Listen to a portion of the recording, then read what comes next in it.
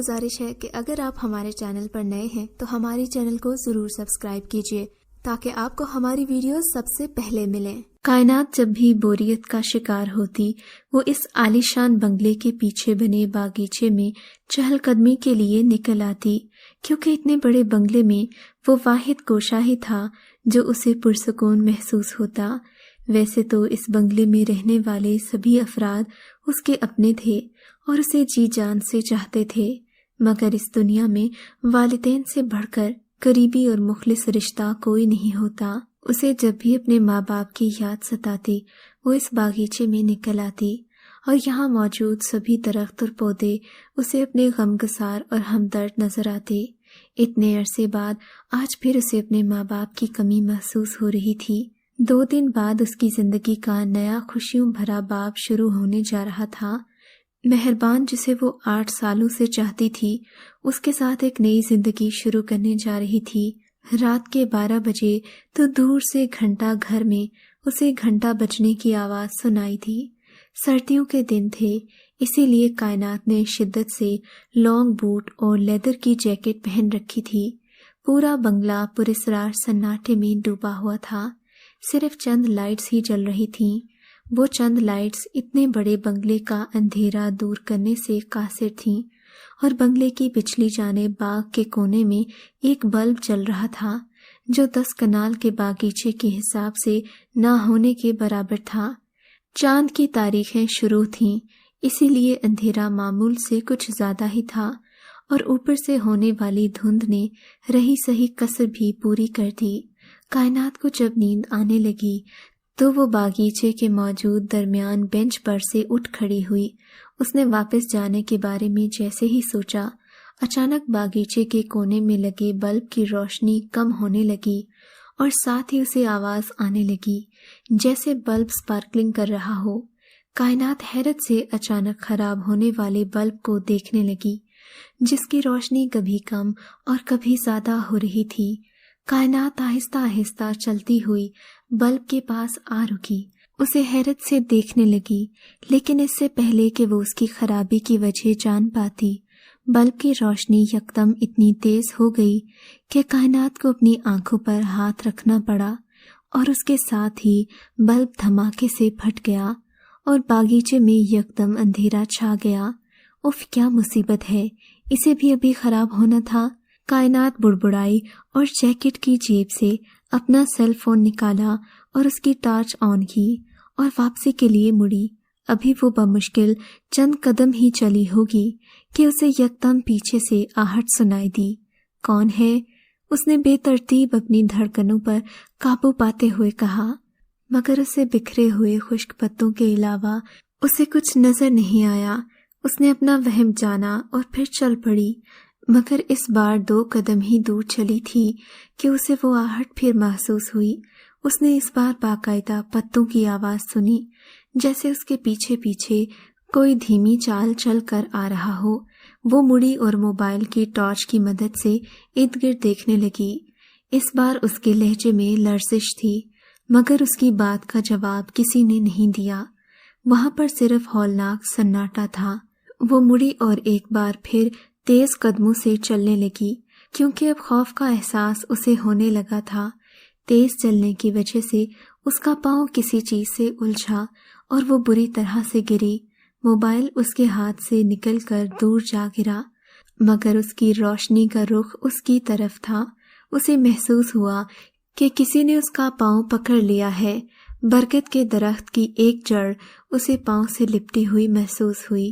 غور کرنے پر معلوم ہوا کہ برگد کے درخت کی ایک جڑ اس کے پاؤں کے گرد سانپ کی طرح بل کھا کر اس کا پاؤں جکڑنے لگی ہے۔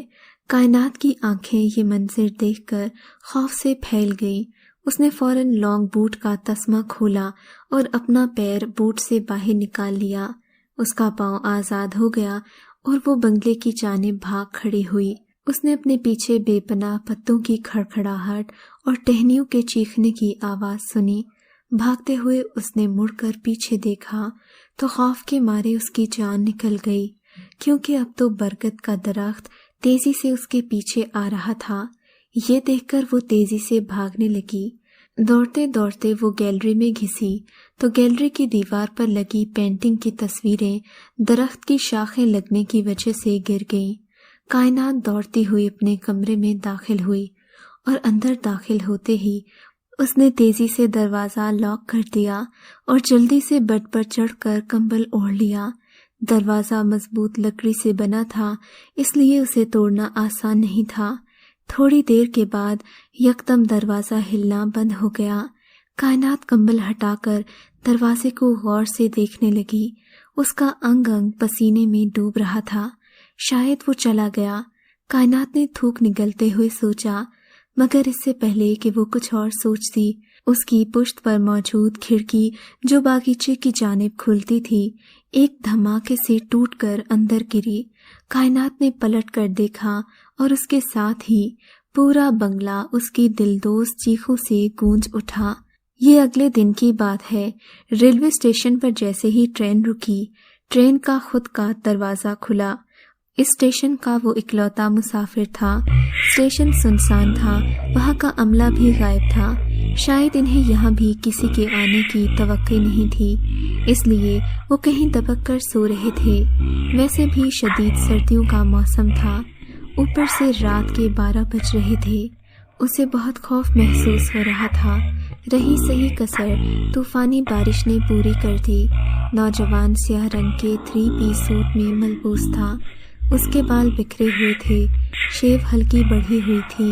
سوٹ میں ذرا بھی شکن نہیں تھی، لیکن اس نے اپنی بے ترتیبی سے اسے پہن رکھا تھا۔ نوجوان کافی ہینڈسم تھا۔ اس نے جیب سے سگریٹ کی ڈبی نکالی اور لائٹر کی مدد سے سگریٹ سلگائی۔ وہ سوٹ کیس اٹھا کر بارش کی پرواہ کیے بغیر چل پڑا۔ سڑک پر ہو کا عالم طاری تھا اور سڑک کے کنارے سرچ لائٹ نہ ہونے کی وجہ سے راستہ دیکھنا کسی عام آدمی کے لیے کافی مشکل تھا، مگر وہ اس طرح کے حالات کا عادی تھا، اس لیے بے فکری سے سگریٹ پھونکتے چلا جا رہا تھا۔ بادلوں کی چمک سے کبھی کبھی ماحول روشن ضرور ہو جاتا، مگر پھر گھپ اندھیرا چھا جاتا۔ وہ تیز بارش اور سردی کی شدت کو یوں ہی نظر انداز کیے چلا جا رہا تھا جیسے یہ سب کچھ معنی ہی نہ رکھتے ہوں۔ 3 کلومیٹر یوں ہی پیدل چلنے کے بعد وہ ایک بڑے بنگلے کے گیٹ پر پہنچا۔ یہ براؤن ولا تھا۔ اس نے گیٹ پر لگی تختی کو زیر لب پڑھا اور سگریٹ کا آخری کش لگا کر پھینک دیا اور گیٹ پر لگی بلب بجائی تو چند لمحوں کے بعد ایک گارڈ نے باہر جھانکا۔ کون ہو تم؟ گارڈ نے سختی سے پوچھا، مگر نوجوان نے کوئی جواب نہیں دیا کیونکہ وہ نئی سگریٹ سلگانے میں مصروف تھا۔ میں نے پوچھا کون ہو تم؟ گارڈ نے اور سختی سے پوچھا۔ میرا نام ولیم ہے، نوجوان نے بے فکری سے دھواں اڑاتے ہوئے کہا۔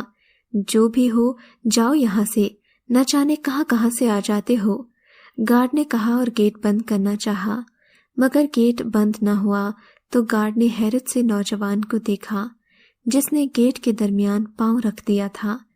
اتنی بھی کیا جلدی ہے میرے دوست؟ نوجوان نے مسکرا کر کہا۔ اس سے پہلے کہ گارڈ اسے کوئی جواب دیتا، اندر سے ایک خوش شکل نوجوان باہر نکلا جس نے اس سے پوچھا، کہیں آپ جان ولیم تو نہیں ہیں؟ نوجوان نے سوالیہ نگاہوں میں پوچھا، تو کیا پہلے بھی اس نام کا کوئی آدمی یہاں آیا تھا؟ ولیم نے سگریٹ کا گہرا کش لگاتے ہوئے کہا، او سوری، میں آپ کو پہچان نہیں پایا، پلیز آپ اندر آ جائیں۔ باہر آنے والے نوجوان نے شرمندگی سے کہا اور ولیم کو لیے اندر داخل ہوا۔ آپ نے اپنے آنے کی اگر اطلاع کر دی ہوتی تو میں خود آپ کو لینے پہنچ جاتا۔ آپ کا کوئی فون نمبر بھی نہیں تھا، اسی لیے گرجا گھر کے فادر کے کہنے پر ہم نے شہر کے چرچ کو آپ کے نام خط لکھا۔ ویسے حیرت ہے، آپ ٹیکنالوجی کے اس دور میں بھی موبائل فون نہیں رکھتے؟ نوجوان نے حیرانگی سے کہا، ہاں مجھے نفرت ہے اس چیز سے جو انسان کا سکون برباد کر دے۔ ولیم نے سگریٹ پھینکتے ہوئے کہا تو نوجوان نے سر ہلا دیا اور اسے بڑے سے کمرے میں لے کر داخل ہوا۔ یہ رہا آپ کا کمرہ، ساتھ میں اٹیچ باتھ ہے، آپ ایسا کریں نہا لیں، آپ کے کپڑے گیلے ہو چکے ہیں، یہ سوکھنے کے لیے میں دے دیتا ہوں، آپ کے پاس کوئی اور سوٹ ہے تو پہن لیں، اگر نہیں ہے تو میں بھجوا دیتا ہوں۔ نوجوان نے کہا، نہیں، میرے خیال میں پہلے ہی کافی نہا چکا ہوں۔ ولیم نے کمرے کا جائزہ لیتے ہوئے کہا، اوکے، میں کھانا لگا دیتا ہوں۔ نوجوان نے کہا، پہلے تم اپنا نام بتاؤ مسٹر۔ میرا نام مہربان ہے، میں سر براؤن کا پوتا ہوں۔ نوجوان نے کہا، اوکے مہربان، ہم کھانا بعد میں کھائیں گے، ابھی تم مجھے سارا کی طرف لے جاؤ۔ ولیم نے کہا، کیا ابھی؟ میرے خیال میں پہلے آپ کو کھانا کھا لینا چاہیے۔ مہربان نے کہا، دیکھو مہربان، اگر تمہیں یہ لگتا ہے کہ اسے دیکھ کر میری بھوک اڑ جائے گی تو تم غلط ہو۔ یہ میرا روز کا کام ہے اور میں ہر روز وہ کچھ دیکھتا ہوں جس کے بارے میں تم نے خواب میں بھی نہیں سوچا ہوگا۔ ولیم نے کہا، اوکے، جیسے آپ کی مرضی۔ مہربان نے بھی کاندھے اچکاتے ہوئے کہا اور ولیم کو لے کر ایک جانب بڑھ گیا۔ مختلف راہداریوں سے گزرنے کے بعد وہ ایک کمرے کے دروازے پر رکا۔ دروازہ کھلا اور ایک ادھیڑ عمر شخص باہر نکلا۔ آپ بے فکر رہیں دانش صاحب، میں نے اسے مدہوشی کی دوا دے دی ہے، مجھے امید ہے صبح سے پہلے نہیں اٹھے گی۔ ڈاکٹر نے ادھیڑ عمر آدمی کو مخاطب کر کے کہا، بہت بہت شکریہ ڈاکٹر صاحب۔ اوکے، اب میں چلتا ہوں، ڈاکٹر نے کہا اور وہاں سے چلا گیا۔ ان سے ملیے ڈیڈ، یہ مسٹر ولیم ہیں، وہی جن کو ہم نے فادر کے کہنے پر خط لکھا تھا۔ تم صرف مجھے ولیم کہہ سکتے ہو، ولیم نے مہربان کو ٹوکتے ہوئے کہا۔ مہربان نے اپنے باپ کا تعارف کروایا۔ اتنے میں ولیم نے پھر کہا، تو آپ یہ سوچ رہے ہیں کہ میں کسی پادری کی طرح نظر آتا ہوں گا، لیکن ایسا نہیں ہے دانیال صاحب، مجھے ایسا حلیہ اور پہناوے میں کوئی دلچسپی نہیں۔ ولیم نے مسکرا کر کہا، چلو اندر چلتے ہیں۔ کیوں نہیں؟ مہربان نے دروازہ کھولا تو تینوں اندر داخل ہو گئے۔ کمرہ خاصا بڑا تھا۔ بیڈ پر انتہائی خوبصورت لڑکی بے خود کیے ہوئے لیٹی ہوئی تھی۔ اس کے ہاتھ پاؤں رسیوں کی مدد سے بیڈ کے کونوں سے بندھے ہوئے تھے۔ ولیم اتنی خوبصورت لڑکی کو دیکھ کر تھوڑا حیران ہو رہا تھا۔ ہمارے پاس اور کوئی چارہ نہیں تھا، دانش نے شرمندہ ہو کر کہا۔ کوئی بات نہیں، ولیم نے سر ہلا کر جواب دیا۔ اگر آپ کی اجازت ہو تو میں اپنا کام شروع کروں؟ اگر آپ لوگ باہر جانا چاہیں تو مجھے اعتراض نہیں۔ ولیم نے کہا، ڈیڈ آپ باہر چلے جائیں، میں یہیں رکتا ہوں۔ مہربان نے اداس لہجے میں کائنات کو دیکھتے ہوئے کہا۔ ولیم بیڈ کی جانب کھڑا ہو کر لمبے لمبے سانس لینے لگا۔ ولیم نے اپنا کام شروع کر دیا۔ مہربان کبھی ولیم کو اور کبھی بیڈ پر لیٹی کائنات کو دیکھتا، پھر اچانک بے سد پڑی لڑکی کے جسم میں حرکت ہوئی اور وہ یوں گہری گہری سانسیں لینے لگی جیسے کچھ سونگ رہی ہو۔ اس کے سونگنے کا انداز کسی درندے کی طرح تھا۔ پھر یکایک اس نے آنکھیں کھولی تو وہ ایک دم کانپ گیا۔ اس کی آنکھیں کسی انگارے کی مانند دہک رہی تھیں۔ اس نے سامنے پہلے مہربان کو دیکھا، پھر گردن گھما کر ولیم کو دیکھنے لگی۔ ولیم ایک بنجارا، لڑکی اتنا کہہ کر بے ساختہ ہنسنے لگی۔ پورا کمرہ اس کے کہکہوں سے گونج رہا تھا۔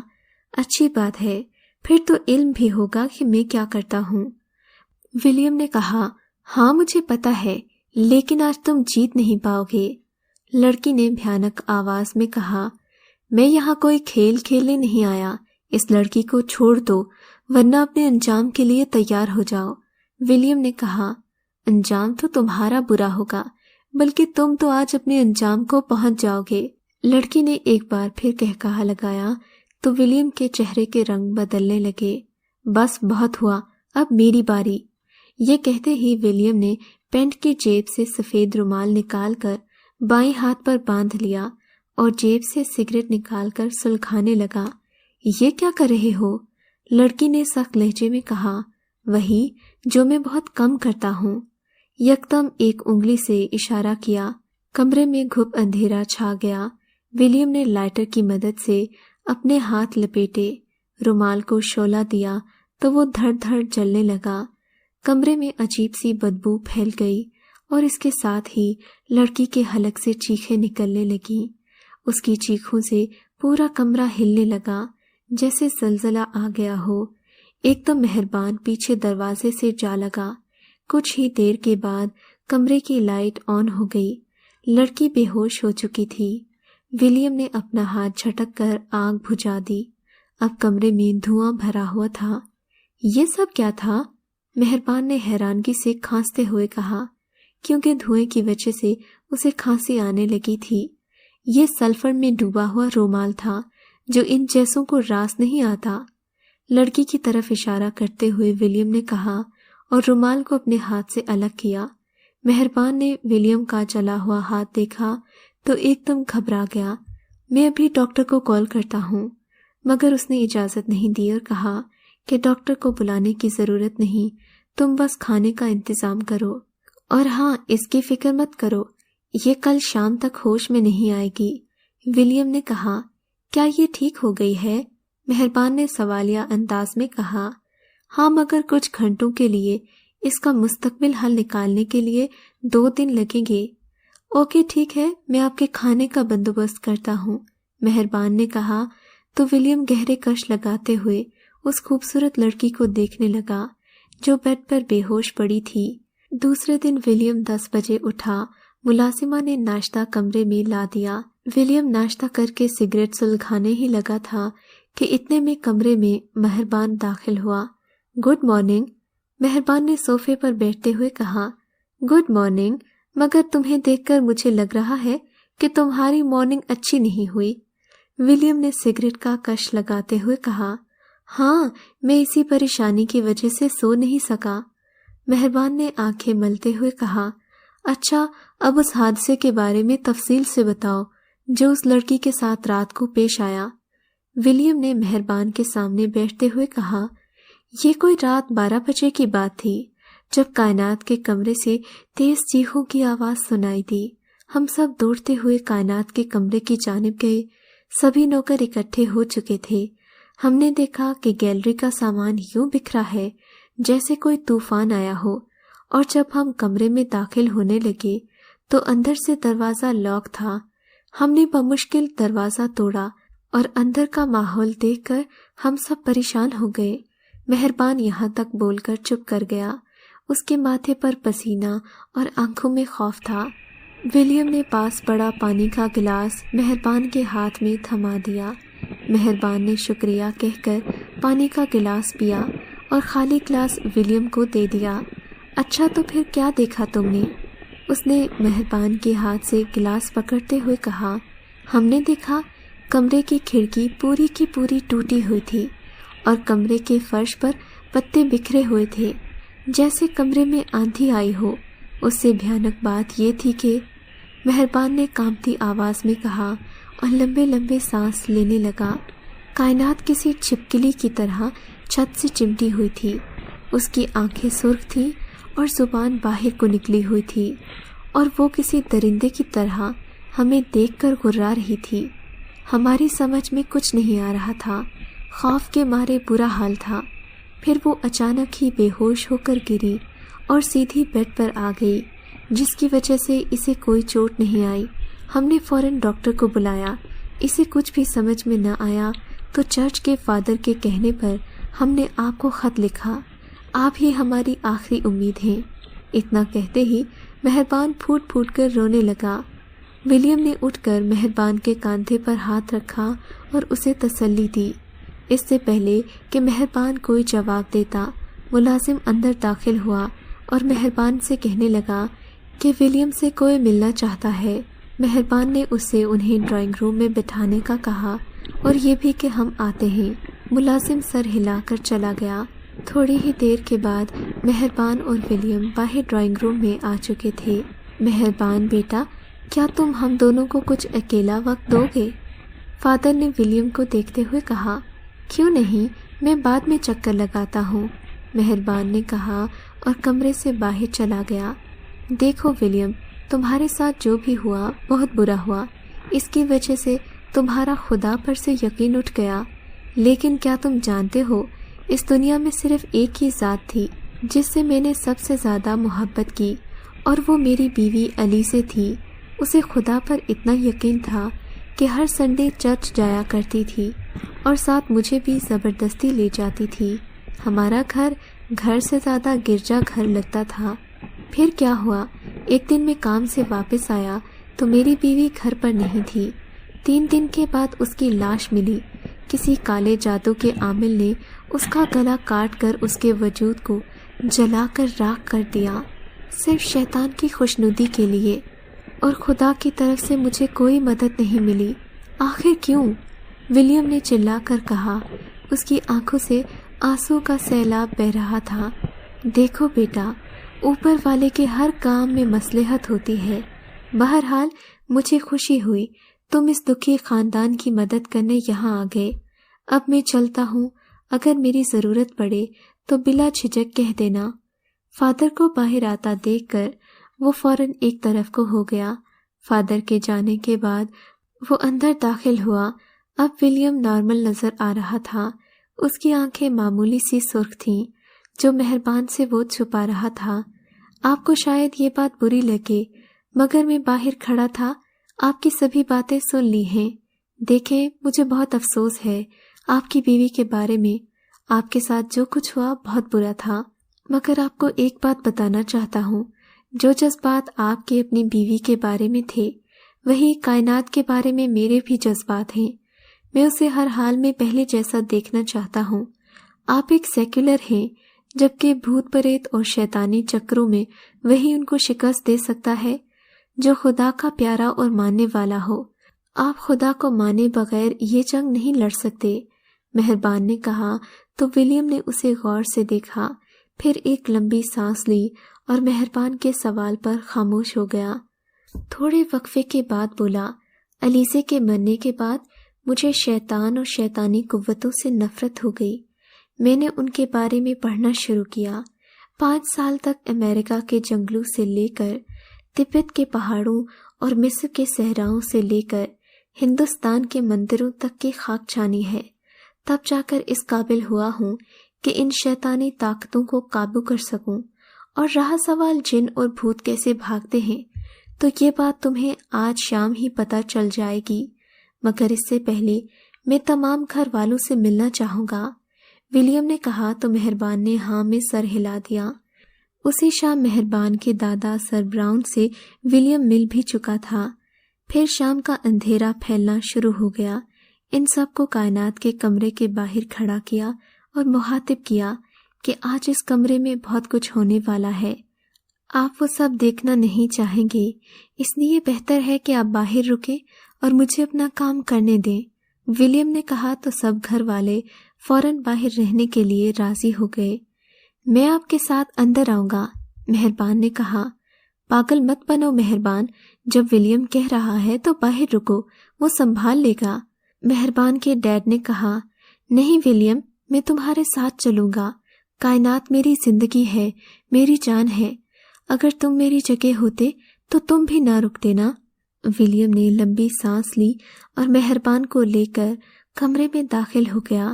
کمرے میں داخل ہوتے ہی ولیم نے دروازہ لاک کیا اور سگریٹ سلگھا کر کمرے کا جائزہ لینے لگا۔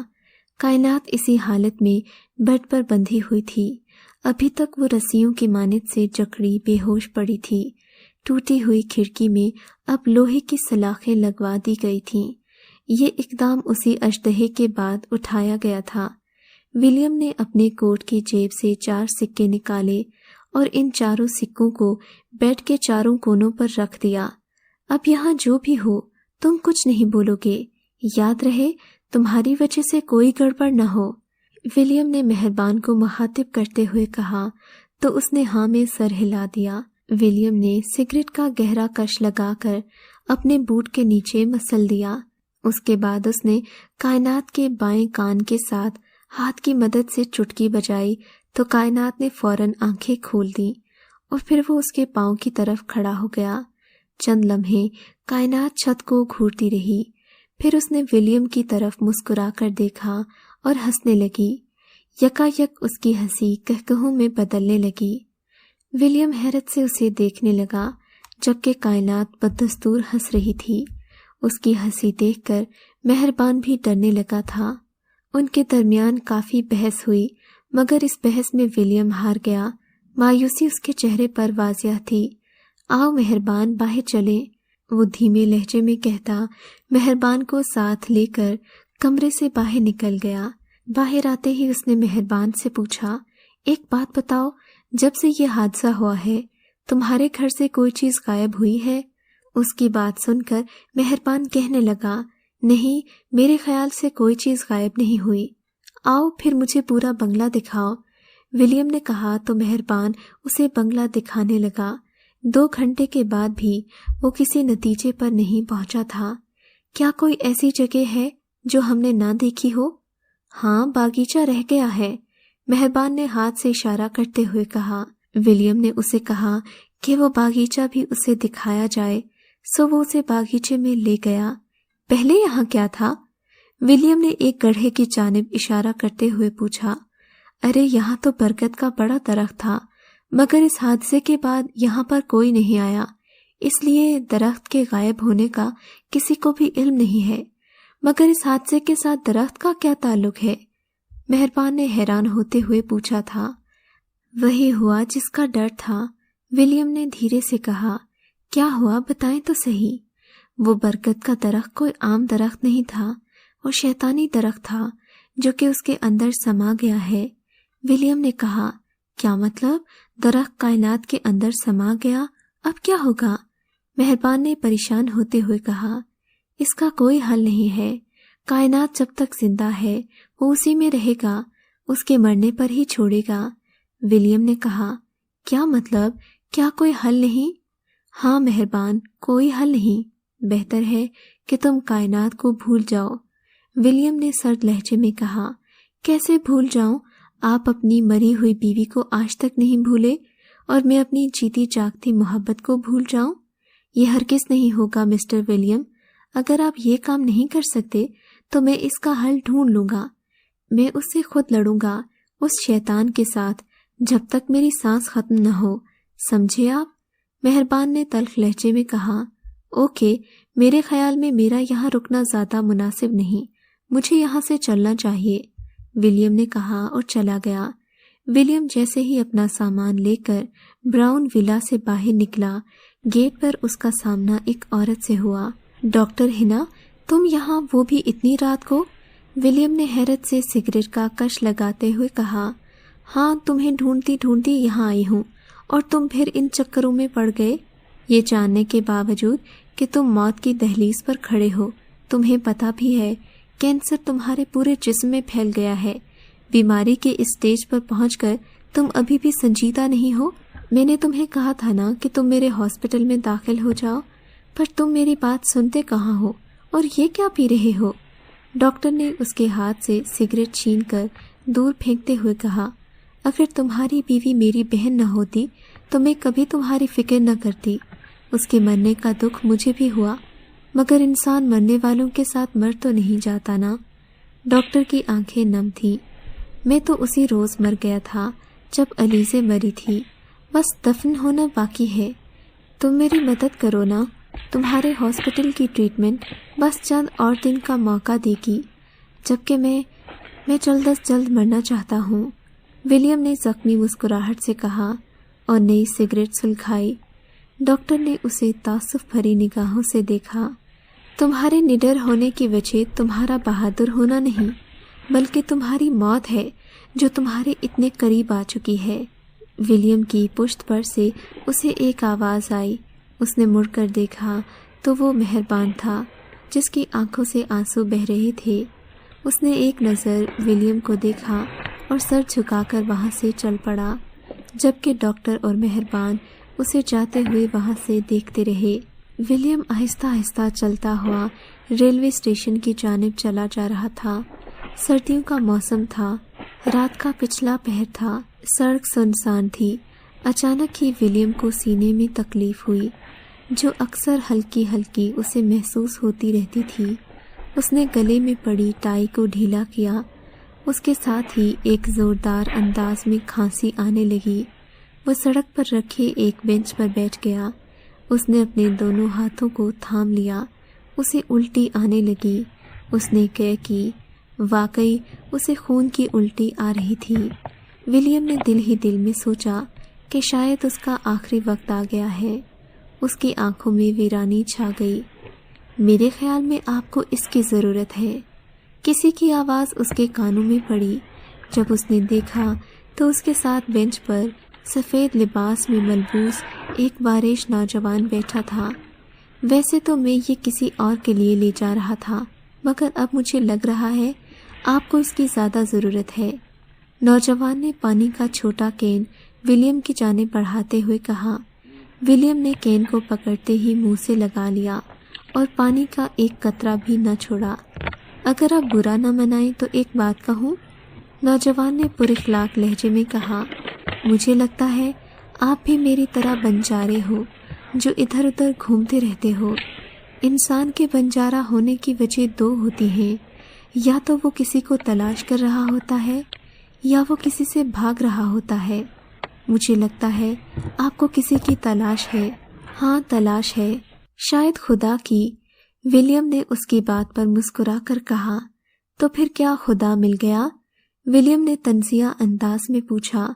ہاں، اس وقت خدا میرے سامنے ہی تو ہے۔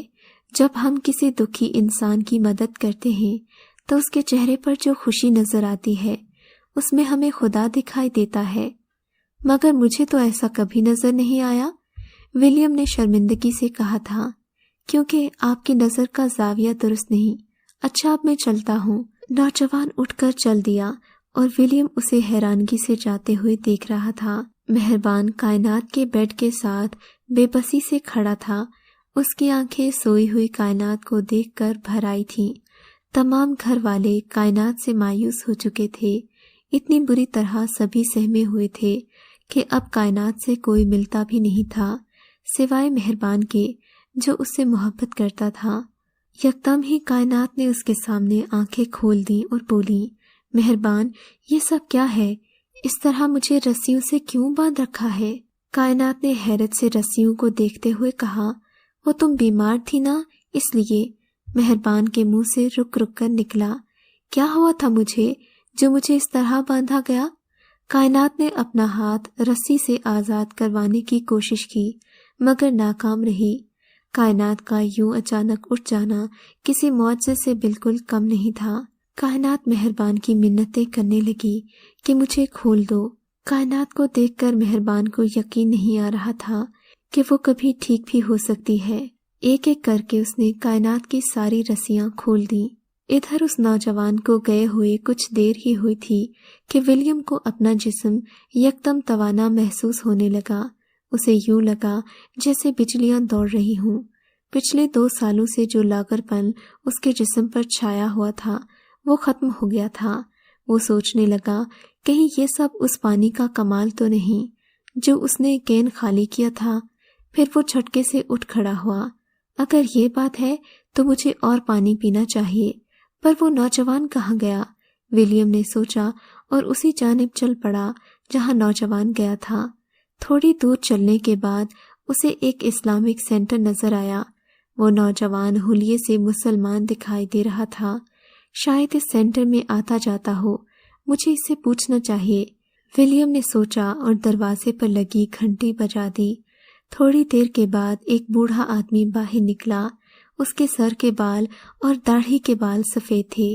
جی فرمائیے، میں آپ کی کیا مدد کر سکتا ہوں؟ بوڑھے نے شفقت بھرے لہجے میں کہا، دراصل مجھے ایک خاص پانی کی تلاش ہے، ایک نوجوان نے مجھے دیا تھا، کیا ویسا پانی مجھے مل سکتا ہے؟ ولیم نے بوڑھے کو کین دکھاتے ہوئے کہا تو بوڑھے کے چہرے پر مسکراہٹ آ گئی۔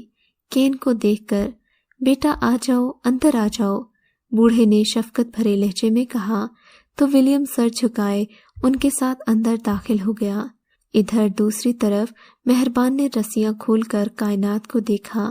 وہ بھی مسکرائی مگر اس کی مسکراہٹ بڑھتی چلی گئی، یہاں تک کہ ہونٹ پھیلتے پھیلتے کانوں کی لو تک پہنچ گئے۔ اس کے تمام دانت نظر آ رہے تھے۔ یہ دیکھ کر مہربان کا مارے خوف کے برا حال ہو گیا۔ وہ پھٹی پھٹی نگاہوں سے کائنات کو دیکھنے لگا۔ بہت بڑی غلطی کر دی تم نے، کائنات کے منہ سے نکلا، اور پھر ایک بھیانک قہقہا پورے بنگلے میں گونج گیا تھا۔ کائنات نے مہربان کو بری طرح جکڑ لیا تھا۔ مہربان کو اپنا آپ ٹوٹتا ہوا محسوس ہو رہا تھا۔ کائنات بیڈ سے نیچے اتری اور دروازے کی جانب بڑھی۔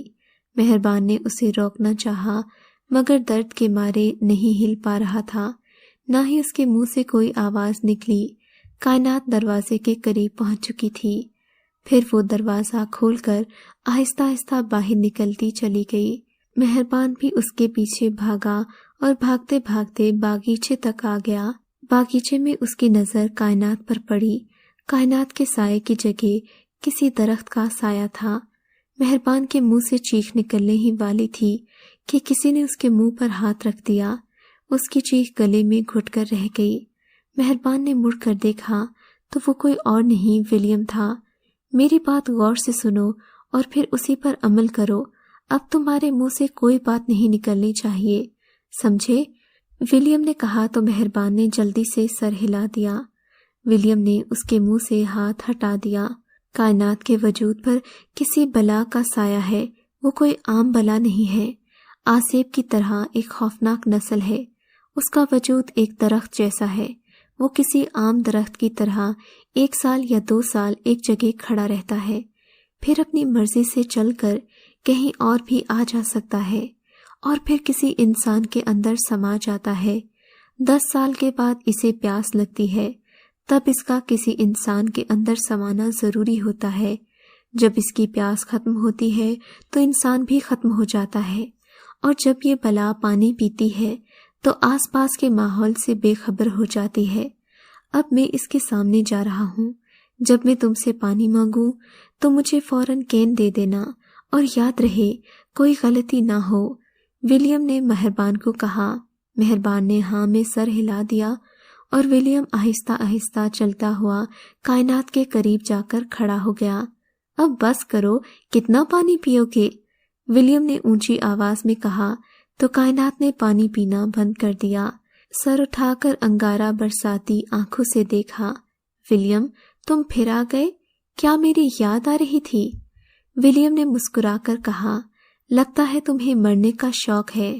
میں نے تمہیں اسی لیے چھوڑا تھا کیونکہ تم اپنی بیماری سے بہت ہی جلد مرنے والے ہو، مگر تم میرے ہاتھوں مرنا پسند کرتے ہو تو مجھے کوئی اعتراض نہیں۔ کائنات نے اٹھتے ہوئے کہا۔ اس سے پہلے کہ ولیم کچھ کہتا، ولیم نے اپنا ہاتھ اپنے سینے پر رکھا۔ اس کے چہرے پر شدید تکلیف کے آثار پیدا ہو گئے، اور دوسرے ہی پل وہ گھٹنوں کے بل گرا۔ یہ دیکھ کر کائنات کے منہ سے بھیانک قہقہا نکلا، ارے تم تو اپنی موت خود ہی مرنے لگے۔ کائنات نے ہنستے ہوئے کہا۔ اس کے حلق سے گھٹی گھٹی آوازیں نکلی تو مہربان کین لیے دوڑا، مگر اس سے پہلے کہ ولیم کے پاس پہنچتا، کائنات نے اس کے ہاتھ سے کین چھین لیا۔ اسے دھکا دیا تو مہربان سوئمنگ پول میں جا کر گرا۔ کائنات نے پانی کا کین اپنے منہ سے لگایا اور سارا پانی پی گئی۔ ہاں ٹھیک کہا تم نے، واقعی تمہیں اس کی زیادہ ضرورت تھی، ولیم نے کہا اور اٹھ کھڑا ہوا جیسے اسے کچھ ہوا ہی نہ ہو۔ کائنات حیرت سے اسے دیکھنے لگی، اس کے چہرے کا رنگ بدلنے لگا۔ یہ تم نے مجھے کیا پلا دیا؟ اس نے غرا کر کہا۔ غلط نہ بولو، میں نے نہیں، تم نے خود پیا ہے۔ اچھا ہے، تمہارے فنا ہونے کا ذمہ اب مجھ پر نہیں آئے گا، ولیم نے مسکرا کر کہا۔ ادھر کائنات سینہ پکڑ کر کھانسنے لگی۔ اس کے حلق سے کسی زخمی درندے کی آواز آنے لگی۔ اس کے ساتھ ہی اس کے منہ سے گاڑھا سیاہ دھواں نکلنے لگا۔ اس کے ساتھ ہی ایک آخری چیخ کے ساتھ دھواں نکلنا بند ہو گیا اور کائنات کا وجود بے جان ہو کر گر گیا۔ مہربان بھی سوئمنگ پول سے باہر نکل کر حیرت انگیز منظر دیکھنے لگا۔ صبح ولیم جانے لگا تو مہربان نے روک لیا۔ جانتا ہوں تمہارے ذہن میں بہت سوال ہوں گے۔ پھر ولیم نے اس نوجوان اور اسلامک سینٹر جانے کے بارے میں بتایا۔ جب میں اسلامک سینٹر گیا تو مجھے معلوم ہوا وہ کوئی عام پانی نہیں تھا، زمزم کا پانی تھا جسے پینے سے شفا ملتی ہے۔ میری بھی طبیعت کافی بہتر ہو گئی۔ اس سے مجھے کائنات کا خیال آیا۔ اتنے میں ایک ملازم نے انہیں کائنات کے ہوش کے آنے کے بارے میں بتایا۔ اب کائنات بالکل درست لگ رہی تھی۔ آئیے کائنات سے ملیے، مہربان نے ولیم سے کہا، مگر اسے جانے کی جلدی تھی۔ مہربان، میں مسلمان ہو گیا ہوں، میں اسلامک سینٹر جاؤں گا۔ جس اللہ نے مجھے نئی زندگی دی، اب میں اس کا فرما بردار بننا چاہتا ہوں، ولیم نے کہا تو مہربان مسکرا پڑا۔ اتنی دیر میں ولیم اپنی جیبیں ٹٹولنے لگا۔ ارے کہاں گئی یہ؟ ولیم بڑبڑایا۔ شاید تمہیں یہ چاہیے؟ مہربان نے سگریٹ کی ڈبی نکال کر کہا۔ دراصل زیادہ نہیں، کبھی کبھی پیتا ہوں۔ نہیں، اب مجھے اس کی ضرورت بھی نہیں، ولیم نے کہا اور پھر جیب سے ایک چیونگ گم نکال کر منہ میں ڈالی۔ میں نے سگریٹ چھوڑ دی، تم بھی کبھی کبھی والا شغل چھوڑ دو، یہی بہتر ہوگا تمہارے لیے، ولیم نے کہا اور چل دیا، جبکہ مہربان اسے جاتے ہوئے دیکھ رہا تھا۔